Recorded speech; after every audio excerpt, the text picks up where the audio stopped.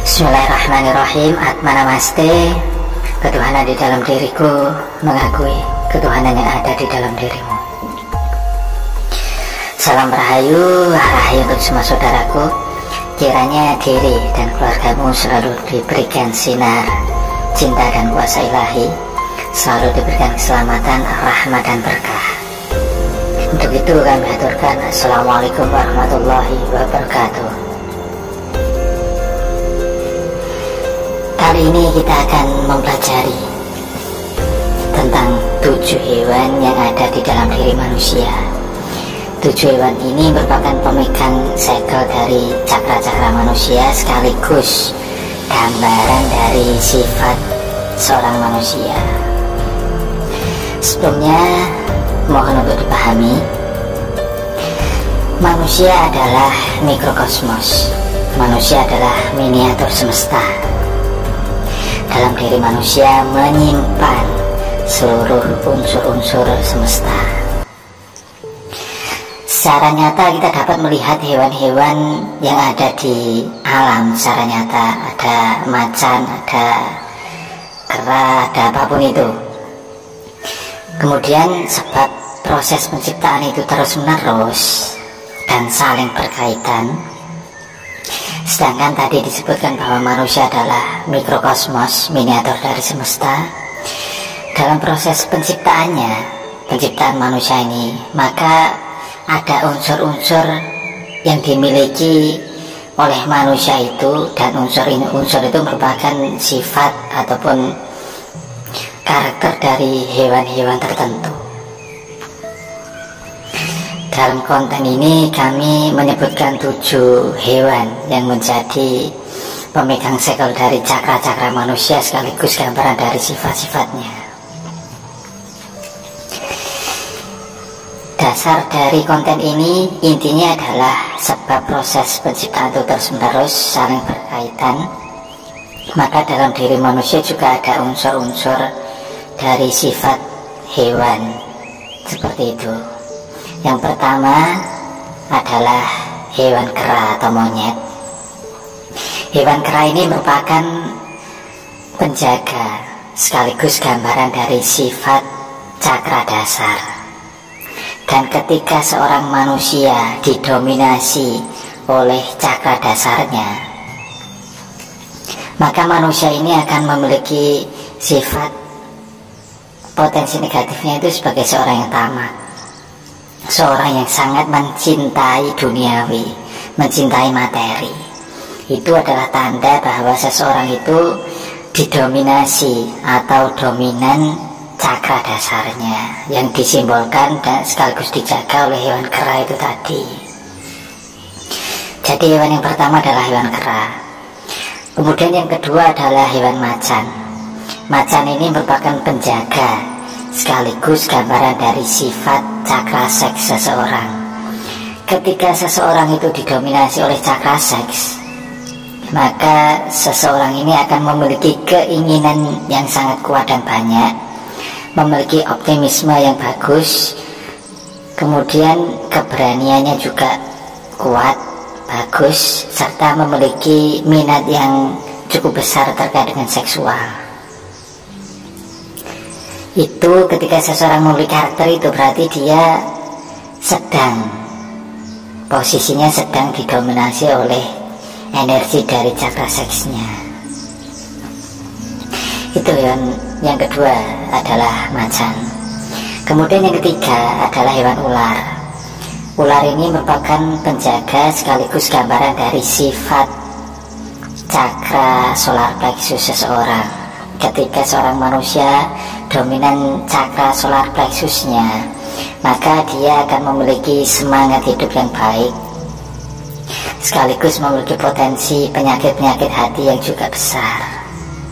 Orang-orang yang didominasi oleh cakra solar plexus ini, mereka akan terlihat sebagai seorang yang misterius, mudah berubah-ubah dalam sikapnya. Itu hewan yang ketiga. Hewan yang keempat adalah kuda terbang.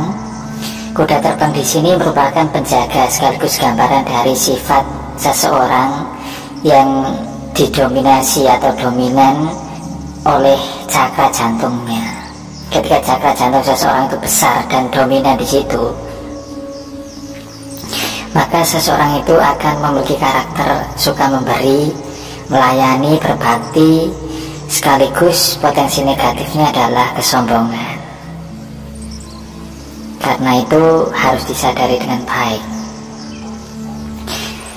Kuda terbang di sini adalah simbol, adalah gambaran bahwa kebaikan hati, cinta, dan juga bakti merupakan tunggangan agar seseorang itu dapat terbang, dapat naik untuk lebih mengenali yang menjadi asal-usulnya, untuk menuju pada spiritualitas yang lebih baik.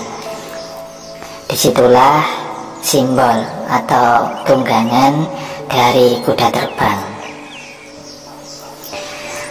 Kemudian selanjutnya adalah hewan babi. Babi merupakan penjaga sekaligus gambaran dari sifat seseorang yang didominasi oleh cakra tenggoroknya.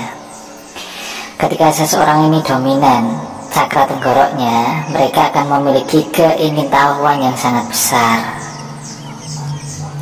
Keingintahuan di sini harus digunakan dalam proses pembelajaran, dan potensi negatifnya adalah mereka kurang bisa untuk kuat ataupun menggenggam satu hal, atau kurang kokoh, kurang disiplin. Potensi negatifnya seperti itu, sebab keingintahuan itu selalu bergerak.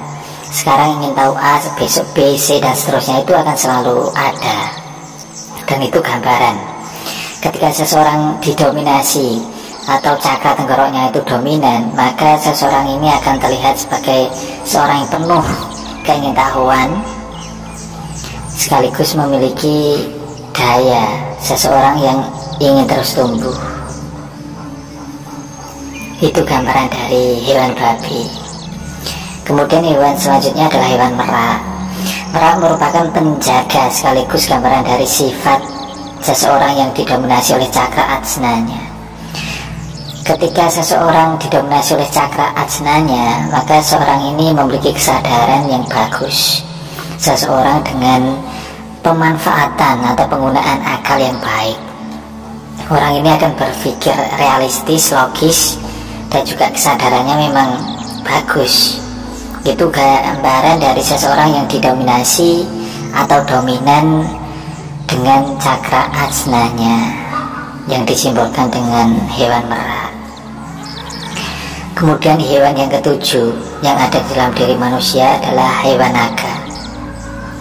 Naga ini merupakan penjaga sekaligus gambaran dari sifat seseorang yang didominasi oleh cakra mahkotanya. Ketika seseorang dominan ataupun didominasi oleh cakra mahkotanya, maka orang ini akan memiliki spiritual yang sangat besar. Mereka adalah seorang spiritualis. Potensi negatifnya adalah mereka akan dapat berlaku ataupun memiliki kemampuan dari semua potensi, atau memiliki banyak potensi, banyak kemampuan, tapi potensi negatifnya juga mereka akan dapat bersikap sedikit keras kepala ataupun sedikit semaunya sendiri, sebab powernya sangat besar. Mereka memiliki semua potensi, tapi juga berpotensi memiliki hal-hal negatif yang ada pada potensi hewan-hewan yang lain. Jadi jelas bahwa ketika seseorang, dalam diri seseorang itu didominasi, mulai dari ketika cakra dasarnya itu yang dominan, maka seseorang itu digambarkan dengan hewan kera. Ketika seseorang itu dominan cakra seksnya, maka mereka digambarkan dengan hewan macan. Kemudian ketika cakra solar plexusnya itu dominan, mereka digambarkan dengan hewan ular. Ketika cakra jantungnya dominan, mereka digambarkan dengan kuda terbang. Ketika cakra tenggoroknya dominan, mereka digambarkan dengan hewan babi. Ketika cakra ajnanya dominan, mereka digambarkan dengan hewan merak. Dan ketika cakra mahkotanya dominan, mereka digambarkan dengan hewan naga. Sekarang setelah Anda tahu cakra-cakra sekaligus penjaganya, dan mereka ini sebenarnya memang ada dalam diri. Yang ada itu adalah unsurnya atau energinya. Jadi jangan heran ketika seseorang ini punya kodam A, B, C ya. Itu sebenarnya gambaran dari sifat atau karakter orang tersebut. Kemudian manusia yang seperti apa yang baik? Kunci dari kesuksesan hidup ini yang kami pahami dari guru kami adalah keseimbangan. Kita sebagai manusia harus dapat menyeimbangkan ketujuh hewan yang ada di dalam diri kita itu. Jadi seimbang, tidak satu lebih dominan, satu kurang dan seterusnya, tidak. Karena gini misalkan, ketika seseorang itu kekurangan atau lemah di cakra seksnya, maka mereka itu kurang berani dalam hidup, kurang berani dalam mengambil keputusan, kurang berani dalam memiliki impian, memiliki goal. Dan juga misalkan ketika seseorang cakra dasarnya itu kecil, lemah, mereka akan kesulitan untuk mendatangkan uang, mendatangkan materi. Jadi ke semua cakra, ke semua hewan dalam diri ini harus diseimbangkan. Kemudian bagaimana cara menyeimbangkannya? Cara menyeimbangkan unsur-unsur dalam hidup seseorang itu adalah dengan menyadari diri sebagai jiwa. Aku bukanlah tubuh fisik, aku bukanlah keinginan, aku bukanlah emosi atau perasaan, aku bukanlah pikiran, dan aku bukanlah akal budi. Tapi jelas, aku adalah jiwa, makhluk spiritual dari kecerdasan ilahi, cinta ilahi, dan kuasa ilahi. Dengan penyadaran diri sebagai jiwa, maka kita akan dapat lebih bisa untuk mengendalikan unsur-unsur hidup kita.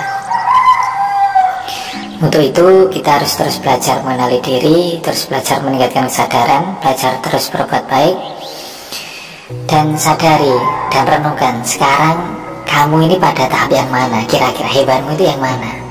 Ketika kamu masih dominan terkait dengan seksual, lo berarti sedang di posisi di macan gitu. Coba tuliskan di kolom komentar biar kita sama-sama dapat belajar. Oke, kiranya diri dan keluargamu selalu diberikan keselamatan, rahmat, dan berkah. Salam rahayu untuk semua saudaraku. Assalamualaikum warahmatullahi wabarakatuh. Atma namaste.